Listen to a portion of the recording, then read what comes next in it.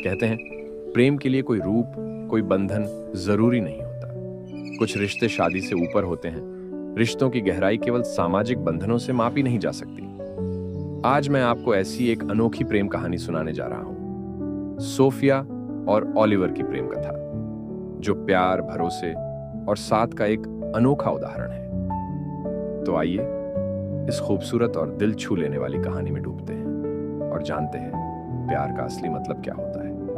कहानी के अंत तक जरूर सुनिए, क्योंकि इसमें ऐसे पल हैं जो आपके दिल को छू जाएंगे, शायद आपको अपने रिश्तों पर भी दोबारा सोचने पर मजबूर कर दें। आपको कहानी अच्छी लगी तो डेडली स्टोरीज को भी जरूर सब्सक्राइब कीजिए। तो चलिए कहानी शुरू करते हैं।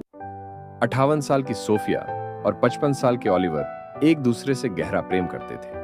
यह कहानी तब शुरू हुई जब सोफिया की 8 साल की नातिन अमेलिया का जन्मदिन मनाने के लिए हम होटल डायमंड पैलेस में इकट्ठा हुए। सोफिया के बेटे लुकास से मेरी पुरानी पहचान थी, इसलिए मैं भी इस पार्टी में शामिल हुआ। पार्टी की शुरुआत हुई, सभी ने ड्रिंक्स ली।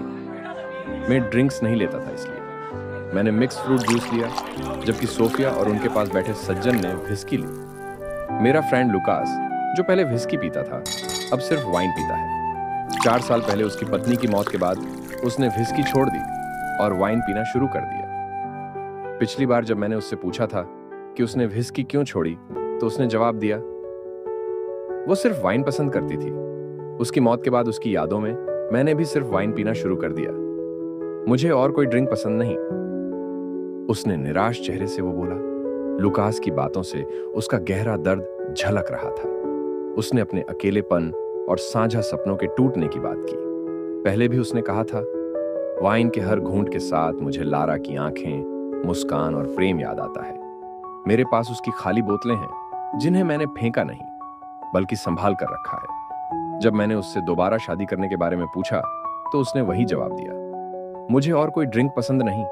उसकी यह बात सुनकर लारा के प्रति उसके प्यार की झलकियां दिखाई दे रही थी। मुझे ऐसा लगा, भगवान भी कितने निर्दयी हैं। पार्टी में सब अपने में व्यस्त थे।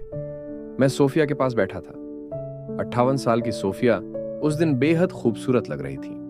उनके घुंघराले बाल, गुलाबी गाल और लाल लिपस्टिक की चमक उनके चेहरे पर एक अलग ही नूर बिखेर रही थी। सभी लोग पार्टी में व्यस्त थे।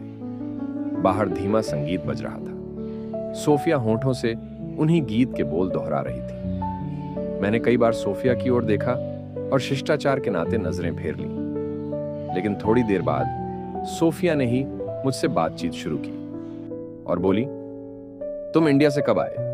लुकास ने तुम्हारे बारे में बताया था। तुम एक ही साथ ऑफिस में काम करते थे ना? मैंने कहा, हाँ, 1 महीने पहले ही आया था। अब जुलाई में वापस जाऊंगा। अब हमारी बातचीत दोस्ताना होती गई। वो भी मुझसे खुलकर बात करने लगी। सोफिया ने इंडिया की खूबसूरती की तारीफ की और बताया कि वो हिमाचल और राजस्थान घूम चुकी है। मुझे उनसे एक व्यक्तिगत सवाल पूछने का मन हुआ, जो मेरे मन में पहले से जग बनाए हुए था। तो आज मौका मिलते ही मैंने कहा, सोफिया, आप और ओलिवर 25 साल से साथ हैं, लेकिन शादी नहीं की। इतना गहरा प्रेम होने के बावजूद भी आप दोनों शादी के बंधन में नहीं हो। कुछ अजीब नहीं लगता? सोफिया ने मुझे करीब बुलाया और मेरा हाथ पकड़कर कहा, मैं 30 साल की उम्र में विधवा हो गई थी। मेरी 2 बेटी बड़ी हो गई थीं, लेकिन लुकास छोटा था। ओलिवर और उसकी पत्नी हमारे पड़ोसी थे।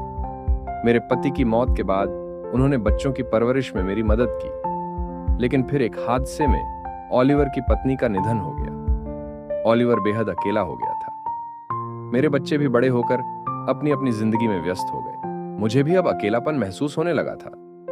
फिर हम दोनों एक दूसरे के सहारे बन गए। सोफिया कुछ देर के लिए चुप हो गई और फिर बोली, 25 साल से हम साथ हैं।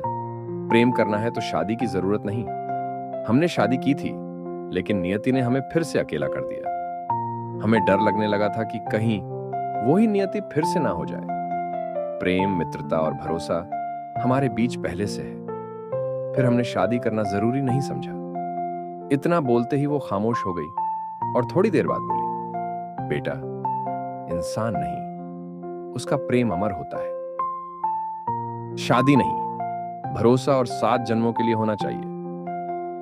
उनकी ये बातें सुनकर ऐसा लगा जैसे मैं प्रेम और विश्वास के उस गहरे अर्थ को समझ रहा था जो सिर्फ शब्दों में नहीं बल्कि रिश्तों की बुनियाद में बसता है। दोस्तों, सोफिया और ओलिवर की कहानी हमें बताती है कि प्रेम अमर है, वो व्यक्ति से नहीं बल्कि भावनाओं से जुड़ा होता है। जब जिंदगी हमें अकेला कर देती है तब सच्चे रिश्ते हमें सहारा देते हैं, जो विश्वास, दोस्ती और सहारे पर टिकी होती है। इस कहानी के साथ मैं आपसे यही कहना चाहूंगा कि जीवन में रिश्तों की गहराई को समझिए, उन्हें संजोइए और प्यार को उसका असली मायने दीजिए। अगर यह कहानी आपको छू गई हो तो इसे लाइक, शेयर और चैनल को सब्सक्राइब जरूर करें। फिर मिलेंगे एक नई कहानी के साथ। तब तक के लिए खुश रहिए, मुस्कुराते रहिए और अपने अपनों को प्यार दीजिए। धन्यवाद।